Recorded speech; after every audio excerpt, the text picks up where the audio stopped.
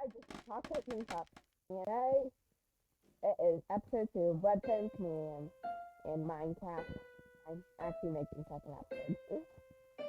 There's the thumbnail for the first one.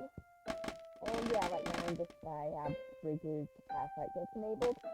So, but, I'll just keep doing this because why not?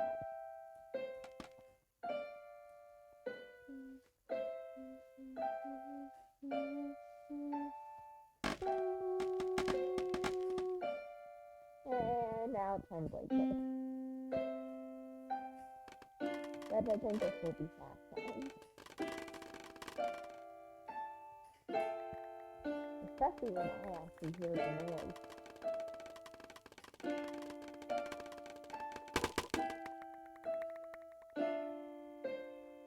That was pretty fast time. How can I not say fast people?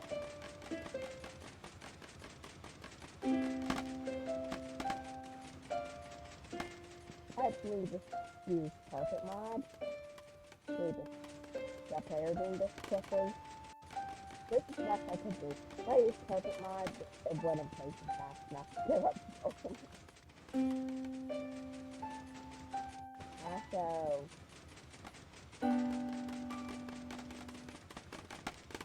this also isn't the focus of the video I do really do on. This is also pretty fast time.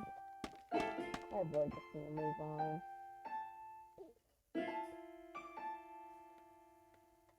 So, this is episode 2. In this episode, I'm going to be covering more complex components like observer and character. Might also cover them in their individual videos. Then also simple circuits, like, I don't know, but you'll see. So here I am. This was set off on my phone windows for you. I don't actually remember the person, but I'll link it in the description. And then I improved the design. It's really simple.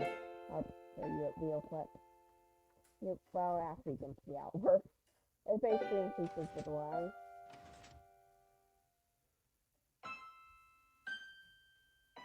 Mine's smaller. But anyway.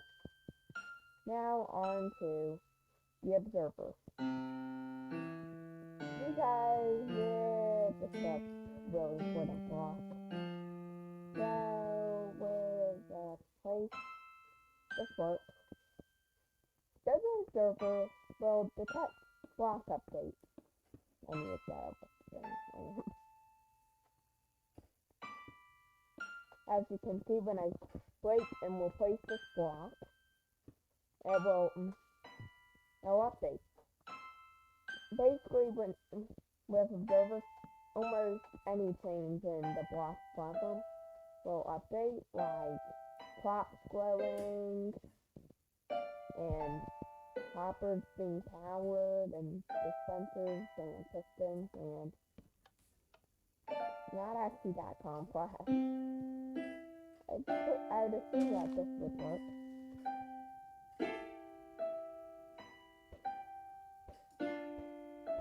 Yep, it's powering and depowering. Basically anything. See on the side that thing that says target? That says Minecraft target power equals 0. Hashtag Minecraft Bible/0, and above that it says target blocks then coordinates. Well, you can basically anything that'll change that up there. Like you see how whenever I hit it, it will change that number depending on where I hit it. Anything that changes that will update it. Like, here's a really interesting one. Can be useful, but mainly just interesting one. Leaves. So, see those leaves? They will... I'm just going to quickly explain it for this experiment. But, so basically leaves will, like, have how far away they are distance from a log. And when you push a log near it, then as you can see, it's being powered. Technically, depower, it'll double power. Like this second no block with activate clicker. It's just trusty. But basically, the distance tag will change here, then here, then here, then here, with one tick of delay going through them. So it can be useful. As you can see, no visible changes happen, but that distance tag changes. So, yeah. And as far as I know, that is all that works. Like, that's how it works. Like, originally people would, before the observer, people would use something called a buzzword, block update texture. There's a simple one.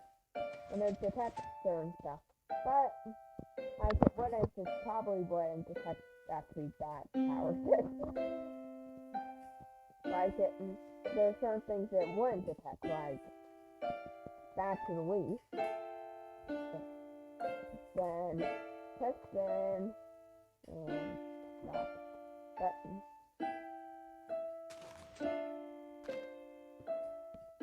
I just probably wouldn't power it. I'm not 100% certain, but nope, that power it. But trust me, it wouldn't detect like all kinds of updates,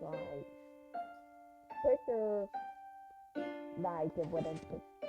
Yeah, it doesn't detect this hopper being powered, but the observer can. Also, this is just stuff. That's why I use the observer. I think that's kind of why people actually care about it. Besides just being one block, which can create like observer streams. And you just like.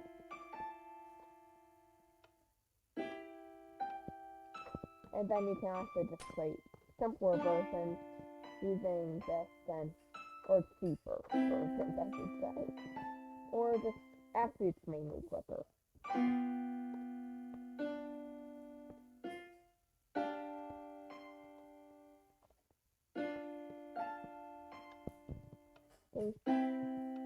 Versus all observers. All observers will be way slower. But I've spent long enough talking about observers. It's really simple. There's like said stuff I don't know 100% sure, but I'm pretty sure. But yeah, that's definitely how they work. Like a stair changing shape, would update it. That stair changing shape. Just like trees growing, of course. Just everything will change it. Even just being cut. Because I don't actually know why, but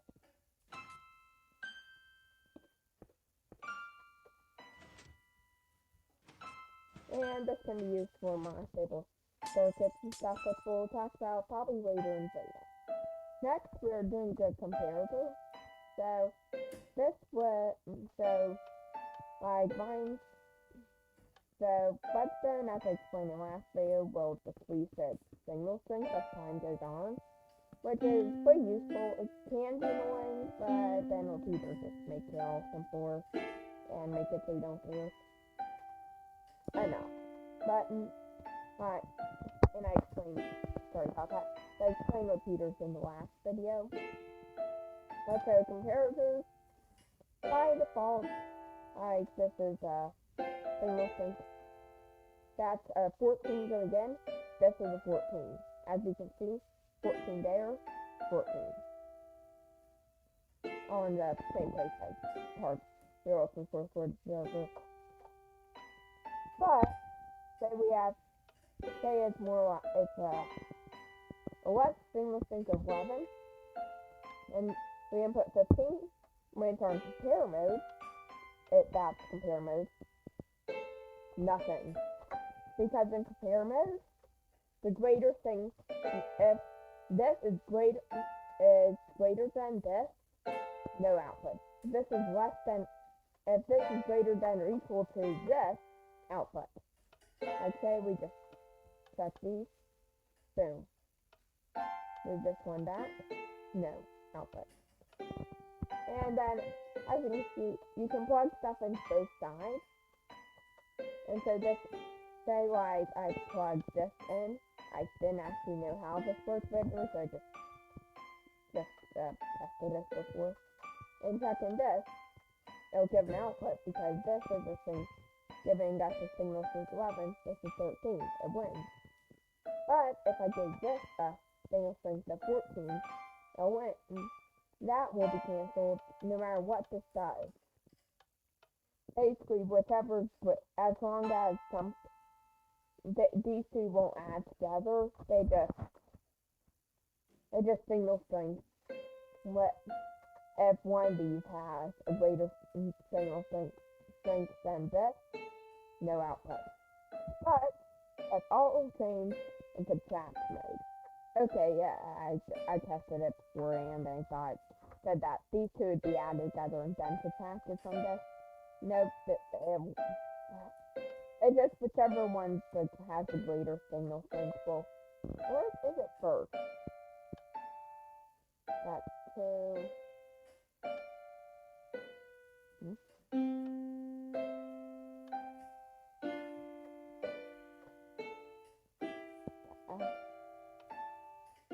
I really tested it a couple seconds. Okay, so I think they add together.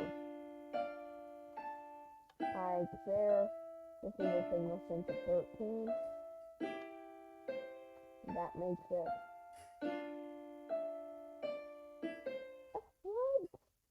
What is happening?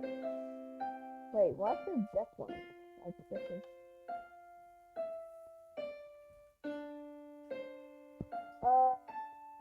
They add them together unless they are equal, and then if they're equal, you just subtract just that equal number, but to that, if not, you add them together. Yeah, I think that's how this works. That is confusing. But then you don't really need to learn this, because if you don't remember this, you might want to look up or something. But because I don't actually know, I'll look it up.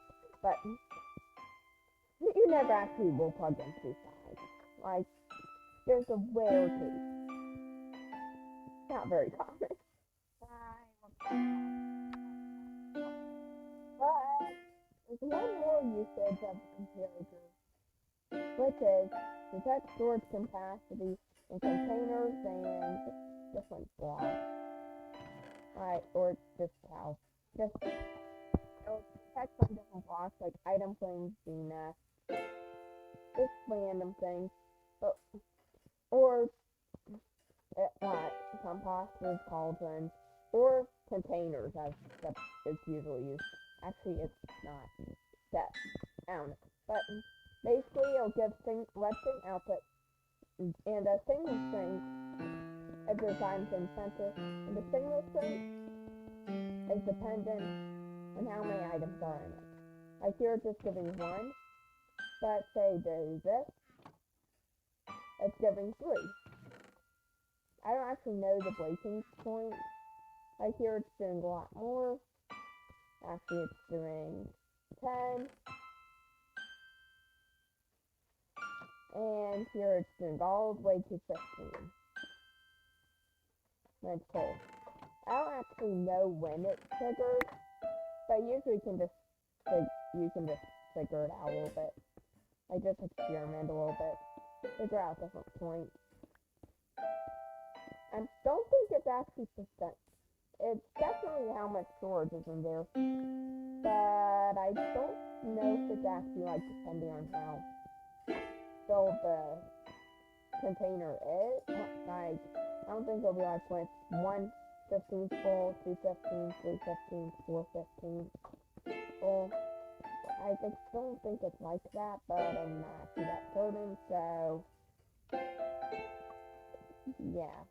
Well, honestly, like, this super technical, people who know game inside and outside, just know everything about the game, or probably normal people who actually know.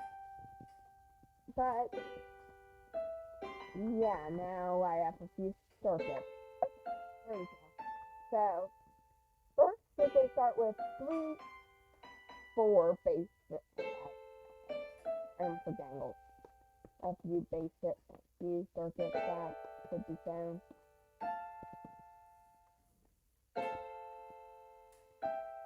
But there.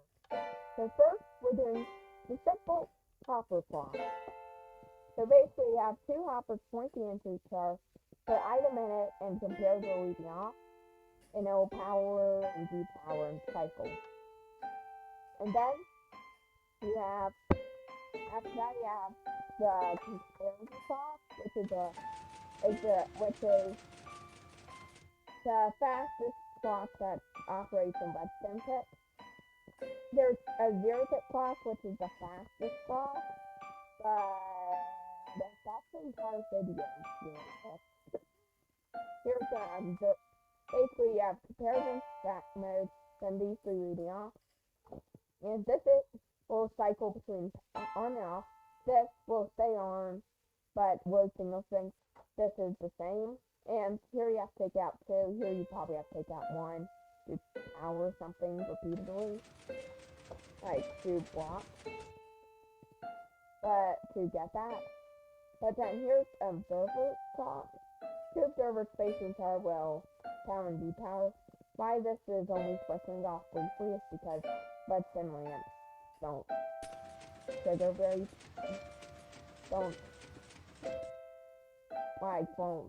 don't turn off fast. Then here's the Peter clock. It can be at different speeds, depending on how many Peters. But here's a super fast one. This is slower one, that's more speedy, and this is you can just keep adding more Peters to make it slower, like this is a super slow one. Then here we have, this is a Monofiber Filter, this part right here. It's the one I usually use because it's super simple. And then you can add just onto it. You can add this and a Redstone block. And then when you it creates a 2 flip-flop. One signal powered on, another signal powered off. And you can do this in 2 different ways. You can do it the way it's doing there, or you can just power the block there and then just move a block around. I really don't know why people do it this way, but it might come in handy. And here is another 2 flip-flop design. There's a sticky section there, and then you can do this, and it'll work the same. And you can also do the Redstone block. And these don't necessarily have to be one of them has to be a feeder. You can either do it like that, or you can do it like this. See, that flips on and off. Now these create 1-tick pulses, which are super useful because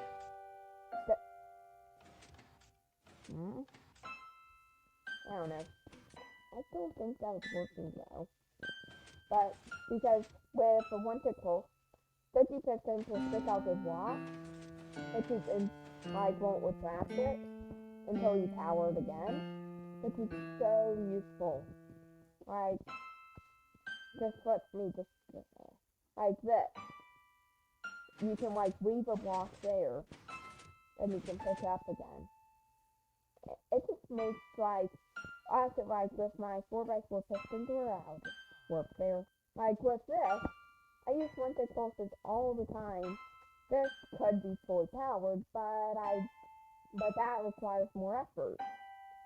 Then here I'm powering. Just look at how my blocks have stood out. Actually, not there. Like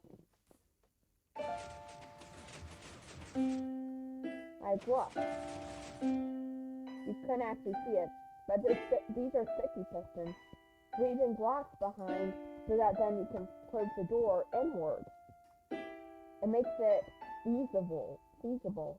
And two-directional flying machines, let's just flip back. And two-directional flying machines, which are really nice and can be useful and cool.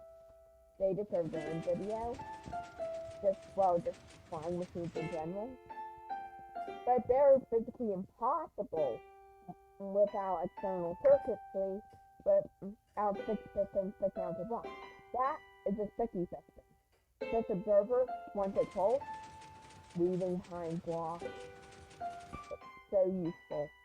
And then there's one other circuit. So I forgot to mention that.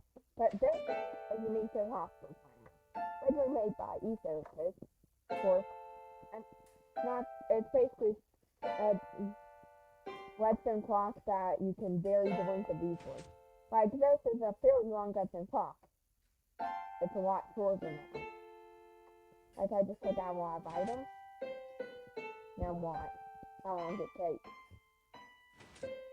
So yeah, basically how many items are in the hopper going back and forth depends how fast it goes.